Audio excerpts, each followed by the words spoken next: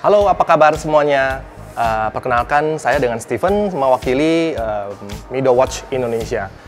Kali ini saya akan membahas tentang detail dari material-material dari Mido itu sendiri. Di mana kita mulai dengan kualitas yang sangat bagus. Kita mulai dari, yang paling awal adalah dari movement. Tangan saya ini terdapat dua movement. Satu adalah movement ETA biasa, dan satu adalah movement dari Mido, di mana ini adalah movement ETA yang telah dielaborate. Apa artinya elaborate? Artinya adalah movement yang telah disempurnakan, baik secara akurasinya, dekorasinya, ataupun dari skrup-skrupnya, di mana memakai bahan yang terbaik.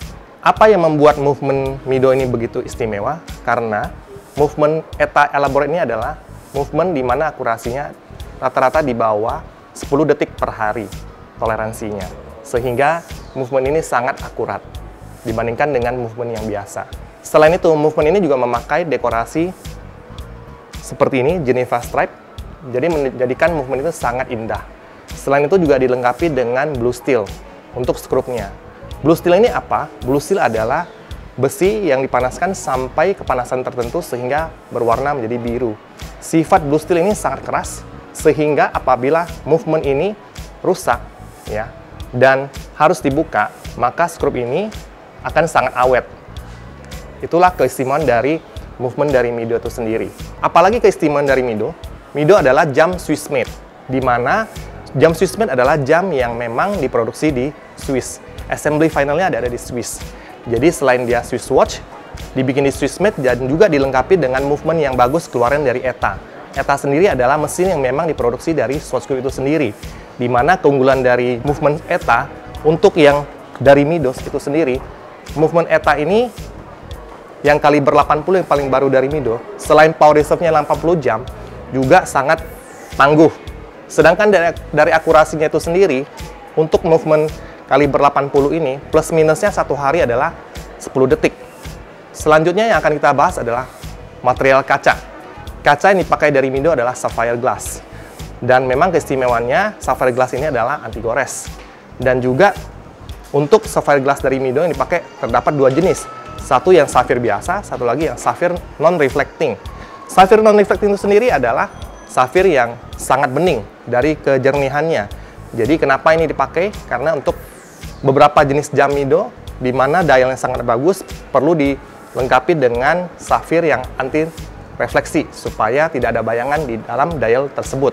Secara teori, hanya 2% cahaya yang diserap dari kaca safir non-reflecting ini, sehingga sangat bening, tidak berbayang sama sekali.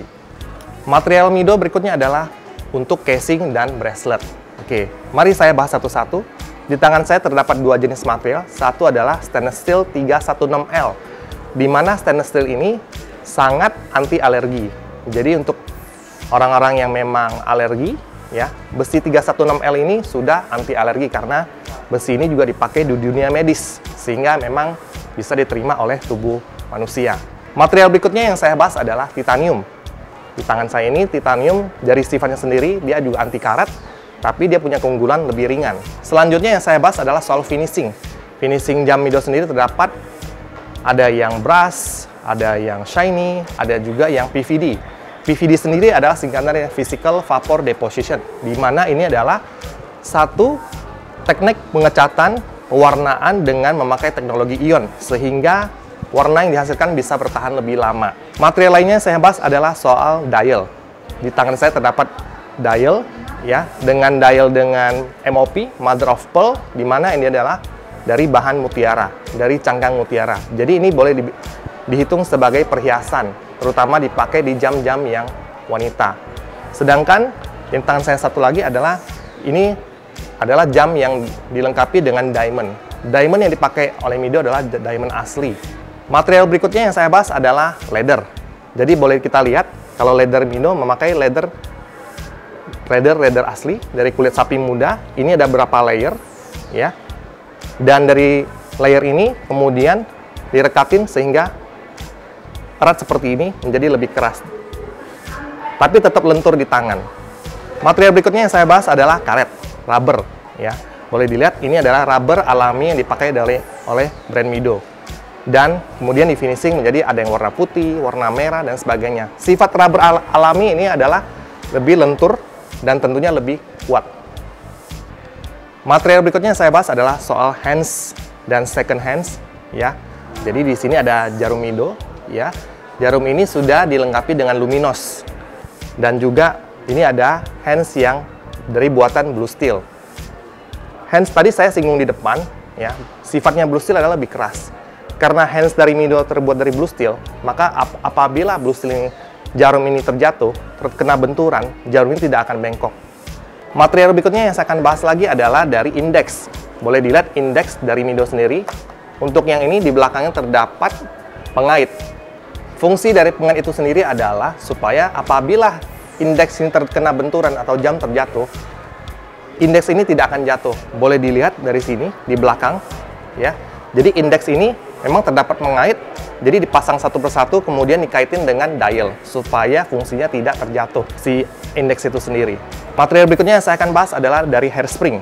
Di tangan saya terdapat dua hairspring, satu hairspring yang memang terbuat dari bahan steel, satu lagi adalah hairspring yang memang terbuat dari bahan silikon yang terbaru, di mana teknologi silikon ini adalah anti magnet. Karena sifatnya silikon ini adalah semacam plastik, maka dia tidak akan terpapar oleh magnet, sehingga jam yang dilengkapi dengan silikon hairspring dia akan sangat presisi karena tidak terpapar oleh magnet. Sekian yang saya bahas hari ini tentang material Mido. Semoga apa yang saya sharing, saya bagikan bisa membuat fans Mido mengetahui lebih banyak lagi tentang sejarah Mido, material pembuatannya, keunggulannya, dan sebagainya. Terima kasih.